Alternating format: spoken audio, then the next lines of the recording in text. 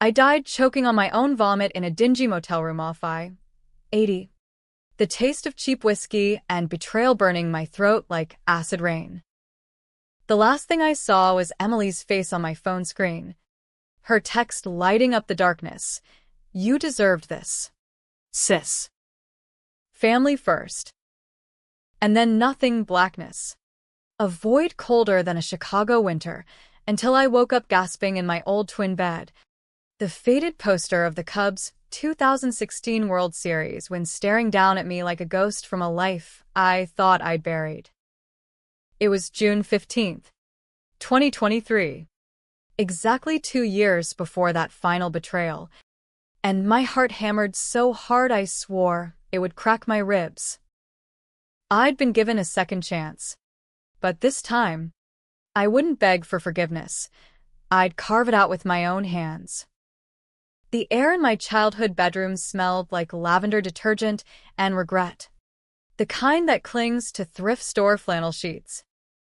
Mom had always insisted on those scents, saying they kept the demons at bay. If only she'd known the real demon was sleeping in the room next door. I bolted upright, my palms slick with sweat, and grabbed my phone from the nightstand. 7:42 a.m. The day confirmed it. Pre-betrayal. Pre-frame-up. Pre-everything. My fingers trembled as I scrolled through the contacts. There it was. Emily's name. With that stupid heart emoji she'd added last Christmas. The girl who'd stolen my fiancé. My inheritance. And finally, my life. But not this time. Downstairs, the kitchen buzzed with the mundane symphony of a Saturday morning in Elmwood, Illinois. The sizzle of bacon. Dad's gruff mutter at the sports section of the Tribune. Mom's humming to some old Springsteen track on the radio. I paused at the top of the stairs, listening, my bare feet cold on the worn oak. In my first life, this was normalcy. Now, it was a minefield. Emily was here, visiting from her prestigious job in Chicago. God, the lies she spun. I could hear her laugh, light and tinkling like wind chimes in a tornado. "Morning, mister. Ash. Smells amazing." I forced a smile that felt like cracking concrete and descended. There she was, perched on a stool at the granite island, all golden waves and yoga-toned arms, sipping coffee from my favorite mug, the one with the chipped handle from our high school camping trip. She looked up, eyes wide and innocent. "Sarah, you're up early." Rough night. If she only knew. "Just a bad dream," I said, voice steady as I poured myself a cup. Black. No sugar, fuel for the war ahead. Dad glanced over his bifocals, his salt and pepper mustache twitching. "Dreams are just echoes, kiddo. Shake it off. We've got that family barbecue tonight. Your Aunt Linda's flying in from Phoenix." The barbecue. Ground zero. That's where it started last time. Whispers. Sidelong glances. Emily's tearful accusations that I'd embezzled from Dad's hardware store savings. She'd planted the evidence, forged checks in my name, emails doctored on my laptop while I was out running errands. By dessert, I was the black sheep, exiled to the streets with nothing but a duffel bag and a shattered heart. It spiraled from there, broke, alone, drowning in booze until that motel night when the pills called my name louder than family ever had. This time, I'd rewrite the script. But revenge isn't a straight shot. It's a jagged road through moral quicksand. First step, gather intel without tipping my hand. I spent the morning feigning normalcy, helping Mom chop veggies for the slaw, enduring Emily's sisterly chit-chat about her latest promotion at that fancy marketing firm. Lies. All of it. In my old life, I discovered too late she was siphoning funds from Dad's business, using my identity as cover. Ambitious Emily, always the golden child, terrified of losing her perch. By noon, the backyard was transformed, string lights draped over the pergola, the grill smoking with brats and burgers, coolers sweating condensation onto the patio stones. Relatives trickled in, Uncle Ray with his bad jokes and a six-pack, Aunt Linda fresh off the red-eye, her perfume clashing with the charcoal haze. Kids ran shrieking through the sprinkler. A Norman Rockwell fever dream if you ignored the undercurrents. I cornered Dad by the shed while he fiddled with the propane tank. Hey, Pops. You ever think about auditing the store books? Just. Curiosity. He straightened, wiping grease on his jeans, eyes narrowing like he could smell the subtext. What's this now? Everything's fine. Emily's been a godsend with the numbers, says we're up 15% this quarter. There it was. The hook in my gut. Emily's smart. Sure. But smart people make mistakes. Big ones. I kept it light, probing, but his frown deepened. Kid, don't start with conspiracy theories. Your sister's got enough on her plate without you stirring pots. He clapped my shoulder. Hard enough to bruise. Focus on your own mess. That barista gig ain't cutting it. Stung, but expected. In this timeline, I was still the fuck up, dropped out of community college, bouncing between dead-end jobs while Emily climbed. The resentment had festered long before the frame-up. I nodded. Sa Halloween bile. And retreated to the picnic table where Emily held court, regaling the cousins with tales of rooftop parties in the Loop. As the sun dipped, casting long shadows over the cornfields beyond our fence, dinner commenced. Plates groaned under foil-wrapped corn and potato salad laced with Mom's secret mustard kick. Laughter flowed freer with the wine, but I nursed a single beer, eyes on Emily like a hawk on a field mouse. She caught me once, tilting her head with that pity smile. You okay? Sar, you seem intense. Peachy, I replied, clinking her glass. To family, her smile faltered. Just a flicker. Good. The seeds were planted.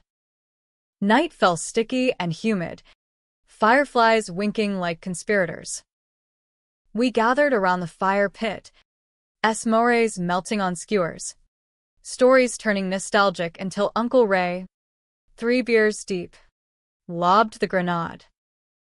Heard the stores killing it. Tom. Emily's a wizard with those spreadsheets. Sarah, you ever think about jumping in? Family biz needs all hands. The circle quieted. Eyes on me. Emily beamed modestly. Oh, stop. Sarah's got her creative side, writing that novel. Right? The novel.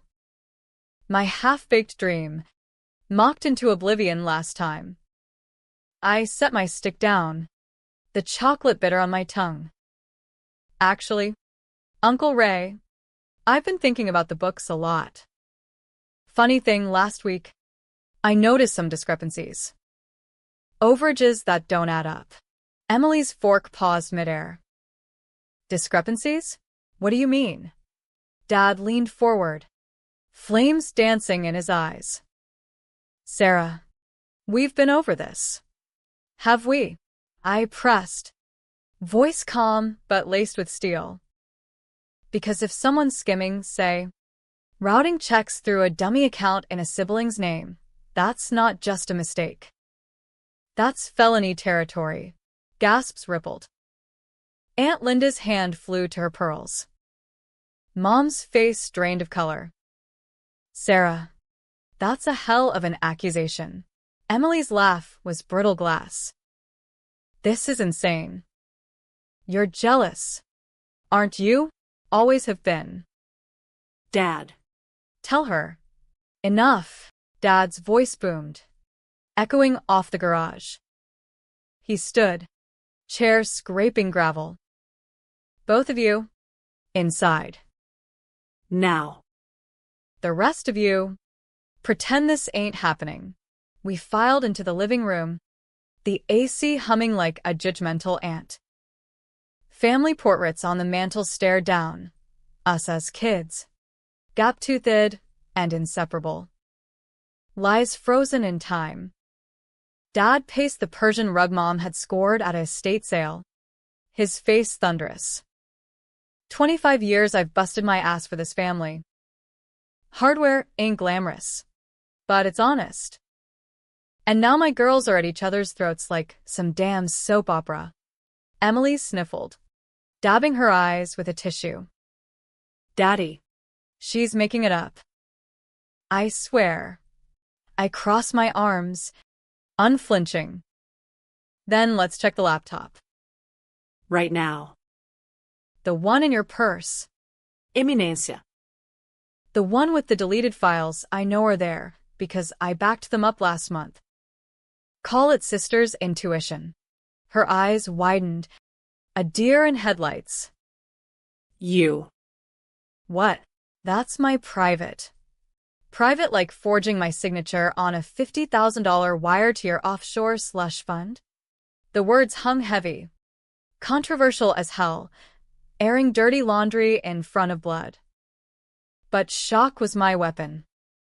Dad's jaw dropped. Emily. She crumpled then, sobs racking her frame. It wasn't supposed to. I was scared. Okay? The firm was pressuring me for investments. And I thought if it looked like Sarah, she'd take the fall like always. The screw-up. Not me. The star. The room spun. Uncle Ray muttered, "Jesus Christ," from the doorway. Mom clutched the armrest, whispering, "My babies." But I felt no triumph, only the hollow echo of my old death. Why? I demanded, voice cracking despite myself. We were blood. Because you were weak, she spat, mascara streaking like war paint. Always whining about your dreams while I carried us. Dad favored me anyway. Why not make it official? Dad's face crumpled. A man unmade. Apologize, he growled at her, voice low and lethal. Apologize to your sister, or leave this house and never come back. Emily stared, then laughed, a broken, hysterical sound. Fine. I'm sorry. Sarah. Sorry you're such a pathetic. No, I interrupted, stepping forward. This was the pivot, the controversial call, mercy or blade. In my first life, I'd lashed out, screaming until they called the cops on me. This time, you're not sorry. But you will be. I pulled out my phone, hit record on the voice memo I'd started subtly during her confession. This goes to the cops, the firm, the whole damn world unless you fix it. Return every cent. Confess to Dad privately first. And maybe I delete it. Her eyes blazed. Blackmail? You're no better than me. Damn right, I shot back. But at least I'm owning it. The family dispersed in stunned silence. Hugs awkward.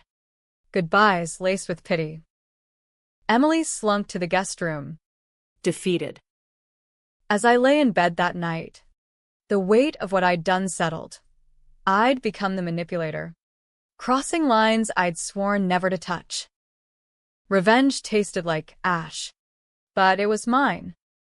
Days blurred into a tense truce. Emily wired the money back, $52, 347.62. Every penny tracked via my new app alerts. She met with Dad in his study. Door closed for hours. I heard the sobs through the walls. The recriminations. Mom baked pies obsessively, her way of mending fractures. Me? I audited the books myself, uncovering more. Not just greed, but desperation. Emily's promotion was a house of cards. Her boss had been grooming her for a fall, and she'd panicked. A week later, over lukewarm coffee at the kitchen table, she cornered me. "You happy now? You've ruined me." I sipped, unflinching. "Ruined? You're alive. Try dying for real sometime." Her face paled. What? Never mind. But the seed was planted. That night, she knocked on my door, eyes red-rimmed. Sarah. "How did you know? About the files? The exact amounts?" "It's like you read my mind." I almost told her then the truth of my death. The motel despair. The cosmic do-over. Instead, call it a hunch. Blood knows blood. The real work began after she left for Chicago, tail between her legs.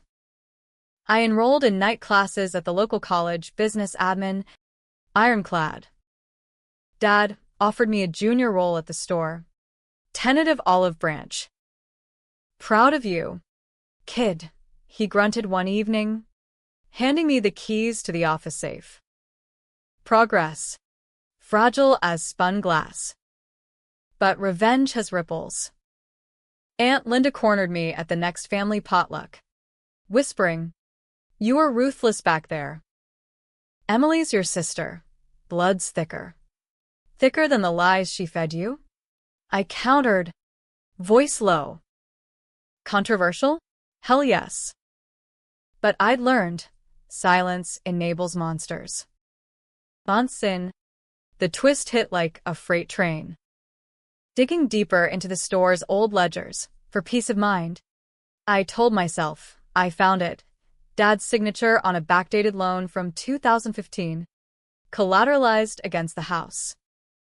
To cover gambling debts, hidden from Mom. Emily hadn't started the rot. She'd inherited it. Dad. The rock had been skimming too, small at first, then desperate, using Emily as proxy when his hands shook too much for the keyboard. Confrontation brewed over Thanksgiving. Turkey carcass picked clean. Football droning on the TV. I waited until the men retreated to the garage for cigars, then slid the ledger across the table to Dad. "Your turn to confess." His face ashen. He sank into the lazy boy. "Sarah." God. It was a phase. The horses at Arlington. I stopped after Emily took the heat.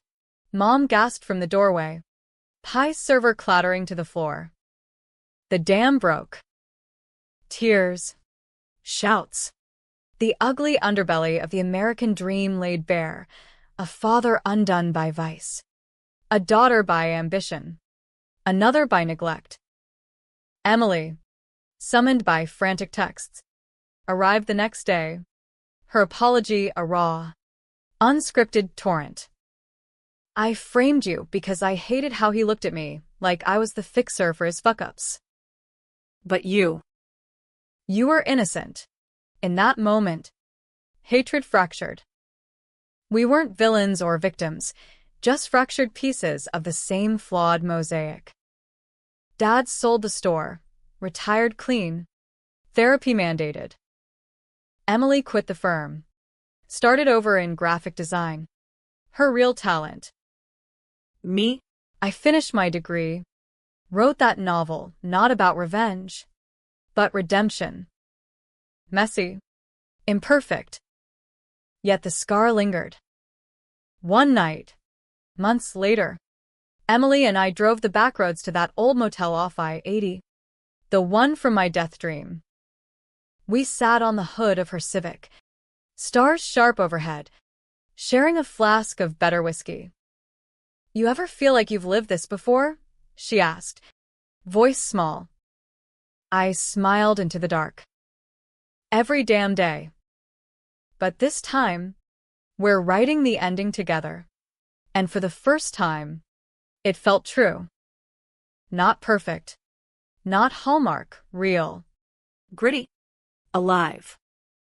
The kind of happy that earns its keep through fire. Waking up that second morning after the barbecue felt like surfacing from a riptide, disoriented. Lungs burning. But alive. The house was quieter without Emily's performative chatter. But the ghosts lingered. I padded downstairs in socks. The floorboards creaking like accusations. Mom was at the stove, flipping pancakes with mechanical precision. Her smile too bright. Sleep okay? Honey, last night was eventful. Eventful's one word for it, I muttered, sliding onto a stool. Dad was already gone, early shift at the store, his escape hatch. I poured syrup, thick and amber, watching it pool like unspoken apologies. In my first life, this breakfast would have been the prelude to exile, polite nods. Then the inevitable we need to talk ambush. Now? It was a battlefield truce. I spent the day in the attic, sifting through boxes of our shared history. Photo albums yellowed at the edges. Emily and me in pigtails at the county fair. Cotton candies staining our grins. A shoebox of letters, hers to me from college. Bubbly confessions of homesickness, mine to her. Scrawled during my aimless post-grad drift. You're the strong one. Eminência. Don't let anyone dim that. Irony. Thy name is Sarah. Beneath it all, a manila envelope, brittle with age. Dad's old tax returns, tucked away like contraband. Curiosity, that double-edged blade, had me prying it open. Numbers swam before my eyes, deductions that didn't align. Income streams from consulting gigs that smelled fishy as Lake Michigan smelt. Not Emily's doing, this predated her help by years. My pulse quickened. The frame-up wasn't isolated greed, it was a family curse, passed down like Mom's pie recipe. By evening, resolve hardened. I needed proof, the kind that stuck in court. But digging meant risks. Hacking Dad's email? Planting bugs? No. Too cloak and dagger for Elmwood. Instead, I drove to the library in Peoria. 40 minutes of Flatlands and AM radio preaching fire and brimstone. The microfilm room was a tomb, lit by flickering fluorescence. But the local paper's archives yielded gold, a 2014 blurb on a rash of small business frauds in the Quad Cities. Anonymous tips leading to audits. One name jumped out, Thomas Harlan. Tipped off but never charged. Dad. Back home, I confronted the mirror in the bathroom. Steam from a hot shower fogging the glass. Who was I becoming? The betrayed sister? Or the betrayer in training? Sleep came fitful. Dreams splicing motel vomit with ledger ink. Emily's laugh morphing into Dad's growl. The next week dragged, a slow simmer. Emily texted sporadically, working on the transfer. Sorry doesn't cut it, but it's a start. I replied curtly, building walls. But walls crack. When she showed up unannounced on Friday, duffel in hand, Mom buzzed her in like a prodigal. Family meeting, Emily announced. Eyes puffy but determined. No recordings this time. We sat in the living room. The same rug now threadbare from pacing. Dad nursed a scotch. Ice clinking like handcuffs. Talk, he said. Emily exhaled, unfolding a printout, bank statements, timestamps glaring. It's done. Money's back. But Sarah. There's more. Dad's been covering for me because I caught him first. Last year, He asked me to doctor a vendor invoice. Small. Just to float payroll. I said yes because, hell, I needed the leverage. Dad's glass shattered on the coffee table. Shards glinting like shattered trust. You little. Wait. I held up a hand. Heart pounding. Controversial move. Defend the monster? Pops. I know. About the horses. The loans. Saw the ledgers. Silence. Thick as fog off the Mississippi. Mom wept silently. Handkerchief twisted in her lap. Emily stared at me. Betrayal in her gaze. You knew? And you let me take the fall. No, I snapped. I pieced it together after. But here's the deal. We end this cycle. All of us. Cops for the fraud, anonymous tip. No names. Therapy for the rest. Or I walk. And take the truth with me. Dad's shoulder slumped. A titan felled. You're killing me, girl. Better than killing yourself, I retorted. Mercy laced with venom, the American way. Bootstraps and bailouts. They agreed. Begrudgingly. Emily stayed the weekend. Our interactions a minefield of silences and stilted small talk. We walked the old rail trail Saturday. Leaves crunching underfoot. The Illinois River murmuring secrets. Why'd you really do it? I asked, skipping a stone across the water. She stopped, arms wrapped around herself. Fear. Mom and Dad always said make something of yourself. But what if I couldn't? You were the artist, the dreamer. They pitted you. But me? Expectations crushed. Framing you. It was stupid. Desperate. Like Dad's bets. I nodded, the river's ripple mirroring my turmoil. I get it. In my dreams, I saw how it ended. Alone. Broken. Won't let that happen again. She eyed me sideways. Dreams? Huh? You're different now. Sharper. Death'll do that, I quipped, half joking. She laughed. Uneasy. And for a moment, we were kids again. Skipping school for matinees at the Starlight. Monday brought normalcy's facade.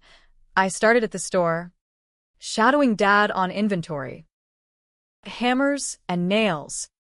The scent of sawdust, a far cry from my barista apron, but grounding. Customers bantered about Bear's woes. The endless loop construction. I smiled. Filed. Learned. Emily called from Chicago. Boss pulled me aside. Resignation letters in. Starting fresh freelance. Thanks. I think. Don't thank me yet, I warned. Twists coming. She laughed it off. But I meant it. The anonymous tip went out Tuesday. Mailed from a Kinko's in Springfield, no traces. By Thursday, the feds knocked. Routine audit. They said. Dad blanched but cooperated, coughing up discrepancies with a lawyer's nod. No charges, statute flickering, but the scare sobered him. He quit the track cold. Joined GA meetings in the church basement. Winter crept in, snow blanketing Elmwood like absolution. Holiday lights twinkled on Main Street. Salvation Army bells tolling redemption. Our Christmas was subdued. No opulent tree. Just a modest fir Mom decorated with heirloom ornaments. Emily arrived Eve, bearing gifts, matching scarves. Soft wool from a Wicker Park knitter. Truce, she asked, wrapping me in a hug that smelled of vanilla and vulnerability. Truce, I echoed, but vigilance lingered. Over eggnog. Dad raised a toast. To second chances. And to Sarah for calling bullshit. Laughter. Tentative.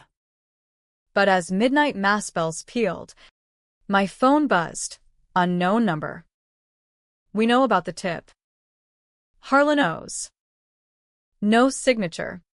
Just a ghost from Dad's past. Bookies. Perhaps. Circling like vultures. The thread ignited old fires. I didn't tell them. Instead, I drove to Chicago solo. Emily's old stomping grounds. The city thrummed, horns blaring on Michigan Avenue. Wind whipping off the lake like a slap. I met a PI in a dive bar off Division. Cash from my first paycheck greasing palms. Track the number, I said. Discreet. He nodded. Cigar smoke curling. Family? Messiest gigs. By New Year's. Answers.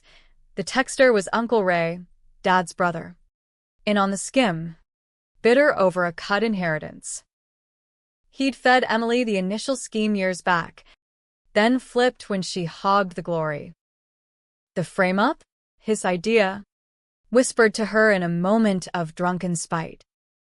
Confrontation loomed, controversial as torching bridges. Ray's farm outside town, silos silhouetted against January dusk. I arrived unannounced, snow crunching under tires. He met me on the porch, thermos steaming, Eyes sly. Neppe spade detective. Ha. Knew you had bite. Spill I demanded. Breath fogging. You poisoned us all. He chuckled. Gravelly. Your old man owed me. Big. Emily was the easy mark, Daddy's girl. But you. You're the wild card. I pulled the recorder from my pocket. Same as with her. Confess, or it goes to the DA. With receipts. His face twisted rage. Regret. Fine. It was me. Started the debts. Pulled the strings. But I did it for family, to keep the store afloat when Tom was drowning. Lies, I snarled. You profited. He deflated. Signing a notarized statement by lamplight in his kitchen. Wife oblivious in the next room. Get out, he muttered. And tell Tom. Sorry, don't fix nothin'. Driving back. Wipers slapping slush. Catharsis washed over me. Not joy, too tainted, but closure's sharp edge. I handed the confession to Dad over coffee the next dawn. He read it silent, then burned it in the sink. Ashes swirling down the drain. Enough poison, he said. We heal from here. Spring thawed the ice. Literally, and not. Emily moved back temporarily, crashing in the attic while job hunting. We co-ran the store's books, her marketing flair for ads, my newfound precision for ledgers. Customers noticed. Harlan girls got spark. Mom beamed. Her pies winning blue ribbons at the fair again. But tension simmered. One rainy afternoon, Emily found my journal, stupid, leaving it out, pages filled with memories of the future, the motel, the pills, the void. She burst into the office, eyes wild. What the hell is this? You died? Traveled back. I froze. Hammer mid-swing on a display shelf. Denial died on my lips. Yeah. All true. She sank into a stool. Processing. That's why. The certainty. Like you saw the end credits. Vitalsked till closing. Rav. Unfiltered. Her guilt poured. Not just the money, but years of sabotage, stealing my prom date, bad-mouthing me to Dad's poker buddies. I was scared you'd eclipse me. The talented one. And I let you, I admitted. Too busy wallowing to fight. That night. Over takeout, lo mein on the couch. We forged a pact, no more secrets. Controversial? As sisters, as co-conspirators in truth. After betrayals blade. But it stuck. Summer swelled. Humid and hopeful. The barbecue redux was my idea, reclaim the ground. Same pergola. Same grill. But with therapist's blessings and no grudges simmering. Uncle Ray stayed away. Exiled by his own hand. Laughter rang true this time. Kids splashing. Dad grilling with steady hands. As dusk fell, Emily clinked my glass. To do-overs. I grinned. And to framing the framers. Little did we know. The real twist waited in the fall leaves. Autumn painted elmwood in fiery strokes, oaks ablaze along Route 6. Pumpkins grinning from porches like jack-o'-lantern insiders. The store thrived under our tandem watch. Emily's social media blitz drawing millennials for eco-lumber. My audits keeping the IRS at bay.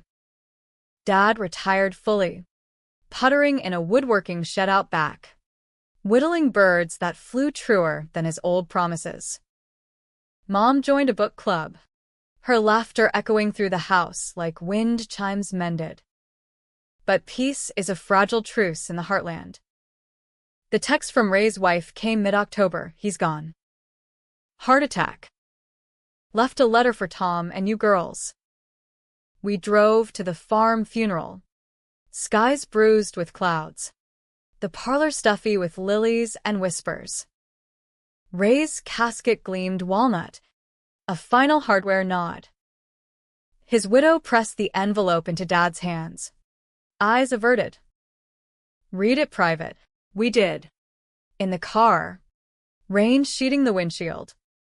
Ray scrawl, Tom. I started the debts to help after the mill closed. Your first loss. But greed snowballed. Emily knew. Used it. Sarah.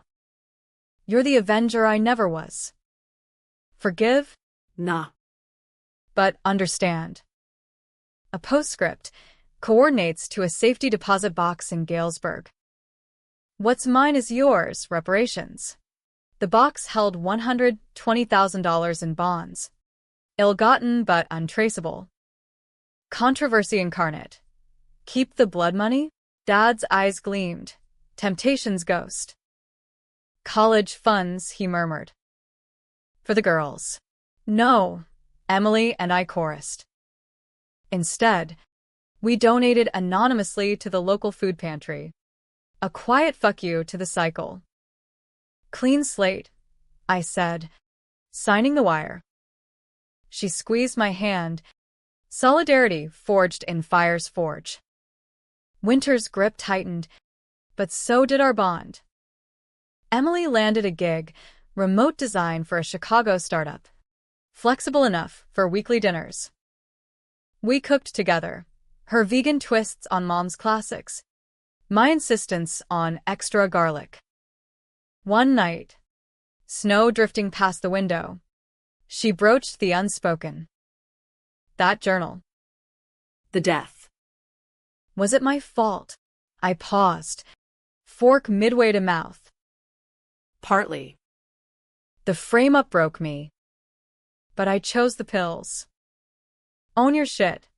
I own mine. She nodded. Tears salting the stir-fry. Therapy's helping. Unpacking the golden child crap. Turns out, I resented you for being free, no pedestal to topple from. Free? I snorted. I was adrift. You had direction. Even poisoned. Laughter bubbled. Cathartic. We binged old rom-coms after. Quoting lines like Armor, when Harry met Sally. Because who doesn't need Meg Ryan wit in a sibling showdown? Spring 2024 bloomed defiant. Tulips pushing through mulch like truths through lies. I graduated. Cap tassel swaying in the community college gym. Family cheering from the bleachers. Dad whooped loudest. Mom snapping pics on her flip phone. Emily gifted me a laptop. Engraved. Rewrite the story. Cheesy. But it stuck. The store expanded, a garden center annex. My brainchild. Customers flocked. Soccer moms for mulch. Hipsters for heirloom seeds. Revenues spiked 22%. Dad's old benchmark shattered. But success breeds shadows. A letter arrived May. Postmark BC, ear at Imqui. Flagged by our generous donation. Routine. They said. But my gut twisted. Ray's ghost? I hired the PI again. This time for federal traces. His report landed over coffee at the diner. The tip originated from inside. The store's IP. Time-stamped during inventory. Someone snooping. Perhaps a disgruntled ex-employee tipped by Emily's old boss? Confrontation called. We lured the suspect. A wiry accountant Dad had fired pre-scandal. Name of Vic Russo. To the store under pretense of rehiring. He arrived cocky. Ty askew. But paled when I slapped the report down. You sold us out. For what? A grudge? Big sputarat. Your old man stiffed me severance. And that sister of yours heard she was skimming. Figured I'd even the score. Emily, hidden in the office, emerged like Lady Justice. Liar. You approached me first. Post-resignation. Offered to fix the books for a cut. The air crackled. High noon in aisle 3. Amid paint cans and plumbing. Dad burst in. Alerted by the bell. Out, he roared. And pray the feds don't hear this. Vic slunk away.